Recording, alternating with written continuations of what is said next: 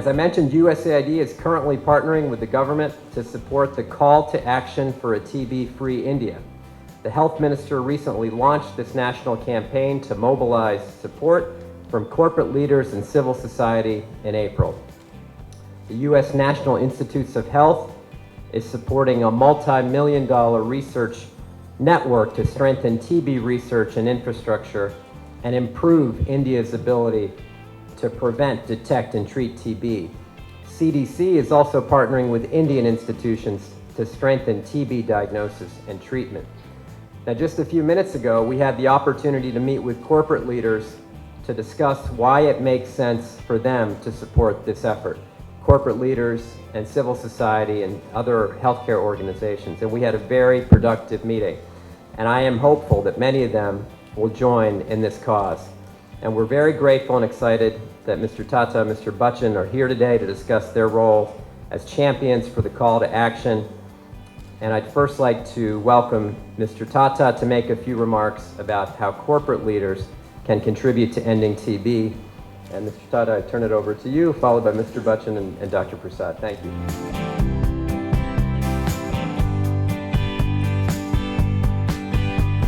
I feel that this is not just a government responsibility, it's just not an industrial responsibility.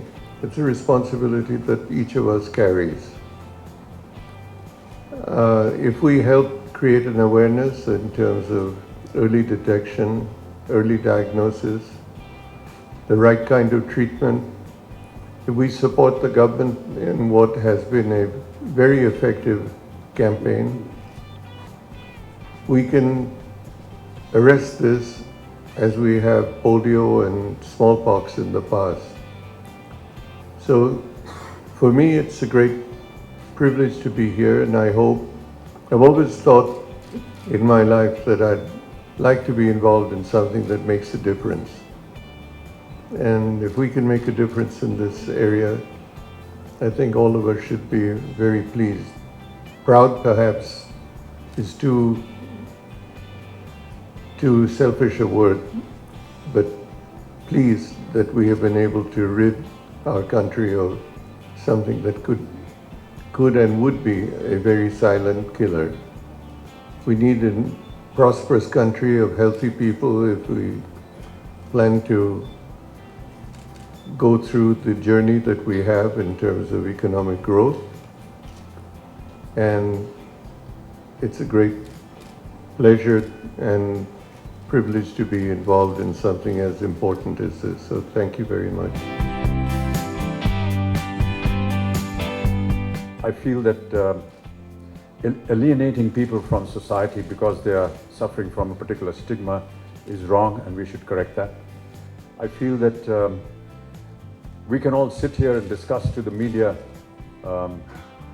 lovely words and lovely ideas and lovely thoughts, but I want to still instill in the people that are going to be looking after this campaign that it is the worker who is going to go out into the fields, into the rural areas, into the smaller villages, to inculcate in them this theory that here is a medication that can cure you, and that is not a stigma. It is something that you should not use to get rid of certain members of your own society. So it is that worker that is actually the most important person.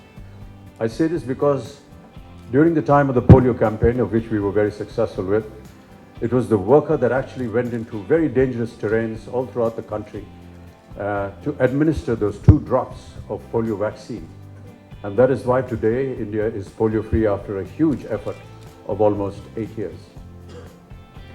I do hope that whenever a construct is made, Ambassador and Mr. Tata and Dr. Prasad, of how this operation is going to work, that we choose very dedicated workers. And I do hope that the government of India and various states where these people go and work are given the encouragement and the facility to be able to go out and work in these fields, because they are the people that will be actually responsible for bringing notice to us where help is required. As I said, I am now committed to this cause, and wherever the government of India or this group through USAID and the union wishes and desires me to operate, I shall be more than happy to do this. Thank you.